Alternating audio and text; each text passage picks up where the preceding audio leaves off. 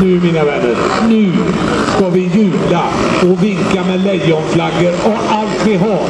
Här kommer lejonens framtid! Har ni sett vad gott? Detta mina vänner, det är mini-speedway som vi ser. Och på cyklarna här har vi William, Edvin, Alfred, Teddy och Felicia.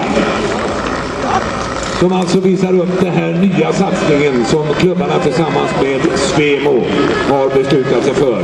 Man ska alltså kunna köra mini-speedway på PV50-cyklar. Och visst applåderar vi och jublar dessa spålejon.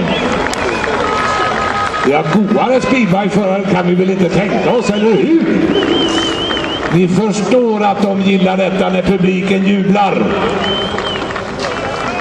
William, Edvin, Alfred, Teddy och Felicia. Och de träffas på lördagar 10-13 på den lilla motorbanan. Och där tränar de speedway. Och det här är små Yamaha-cyklar som man bygger om till små speedway-cyklar. Och finare kan det ju inte bli. Kontakta Sven och Susanna Öberg. De har jobbat tillsammans med Svemo för att ta fram den här danska modellen för barn från 4 år och uppåt. Och visst är det här ett jättetrevligt koncept. Under vecka 30 i sommar så kommer det några danska förare att vara här på läger i Gislaved. Och som sagt var det här, ja detta är lejonens framtid. Och nu får de då värmande applåder på bortre långsidan när de ger sig in i depån igen för att meka med sina cyklar antagligen.